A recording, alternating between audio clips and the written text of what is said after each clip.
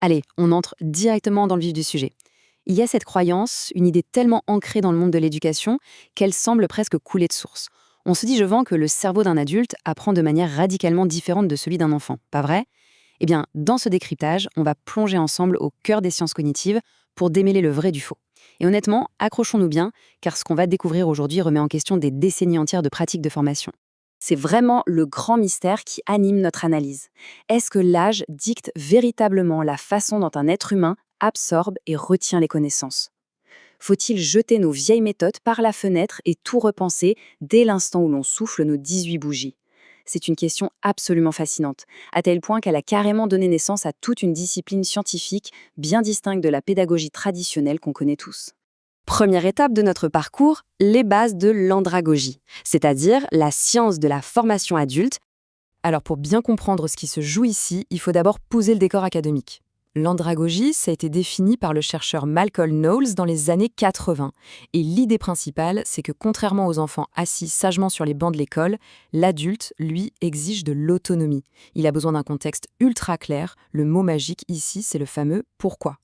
Sans comprendre l'utilité concrète et immédiate de ce qu'on lui enseigne, l'adulte ne s'investira tout simplement pas. En gros, pas de sens, pas d'engagement. Assez logique, non? Ce qui nous amène directement à notre deuxième point, le défi du cerveau adulte, et surtout comment gérer la fameuse surcharge. Parce que oui, au-delà de cette grande quête de sens, le cerveau mature doit gérer un sacré marathon au quotidien. Entre une vie professionnelle souvent intense, les distractions familiales à la maison et une charge mentale qui explose, ça fait beaucoup. D'ailleurs, dès 1988, le chercheur John Sweller a mis le doigt sur un risque majeur, la surcharge cognitive. C'est littéralement pour cette raison qu'on recommande tant les formats d'apprentissage courts, ultra flexibles et orientés vers la pratique immédiate. Le cerveau d'un adulte a juste besoin de pouvoir moduler son effort pour ne pas surchauffer. Passons maintenant à la troisième partie, pédagogie contre andragogie, le grand basculement. Mais là, on a vraiment le droit de se poser une question. Faut-il opposer ces deux mondes de manière aussi caricaturale? Si on regarde bien, d'un côté, on nous dit que l'adulte a de l'expérience, qu'il a besoin d'être motivé par du concret et qu'il déteste être infantilisé. Très bien, mais de l'autre côté, honnêtement, n'est-ce pas la même chose pour absolument n'importe quel apprenant humain? Dès la maternelle, personne n'arrive avec le cerveau totalement vide. Un enfant a aussi besoin d'une vraie motivation intrinsèque, et lui non plus n'aime pas qu'on fasse tout à sa place. Du coup, les frontières commencent sérieusement à devenir floues. Explorons cela plus en profondeur dans notre quatrième partie, des caractéristiques qui s'avèrent finalement universelles face à la réalité de l'apprenant.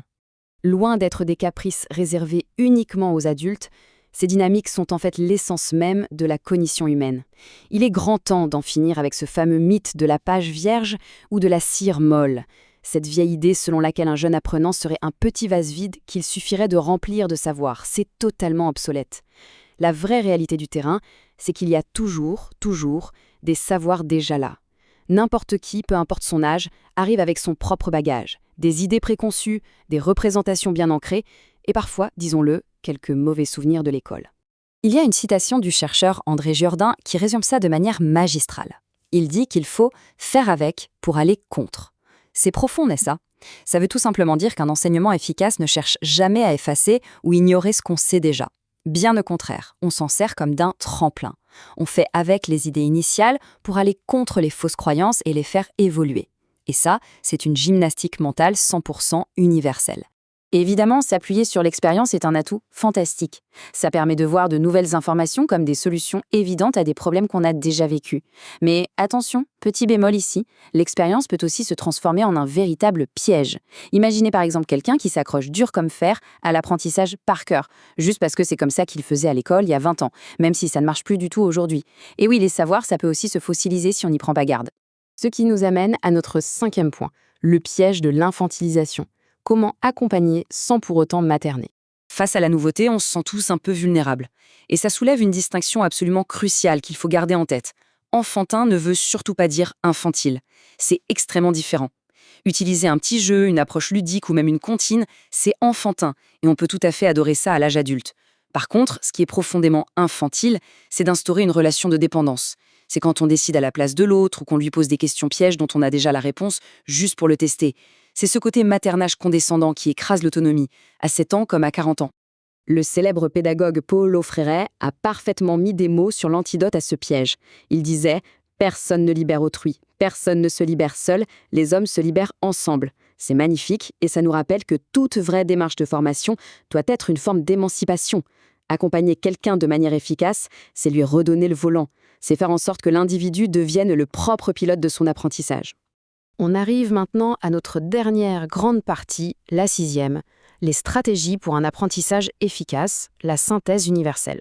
Si on rassemble les découvertes des sciences cognitives et l'expérience pure du terrain, on s'aperçoit que notre mécanique mentale suit un schéma très précis en 3 étapes. 1. On observe une réalité concrète. On vit une expérience. 2. On décortique, on analyse et on tisse des liens. Et 3. On passe du cas particulier au général pour construire un concept abstrait.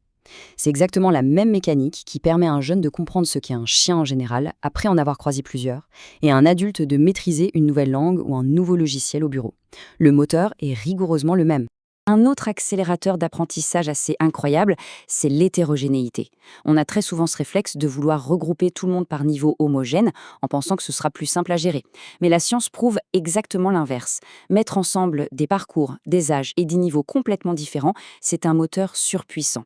Le fait de confronter des points de vue variés déclenche une dynamique d'entraide naturelle qui, au final, tire l'ensemble du groupe vers le haut.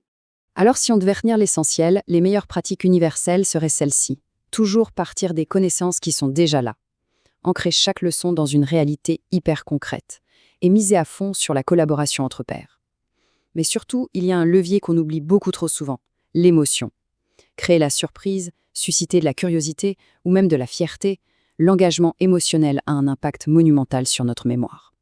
En fin de compte, les soi-disant meilleures techniques pour les adultes ne sont rien d'autre que d'excellentes techniques d'apprentissage pour les humains tout court.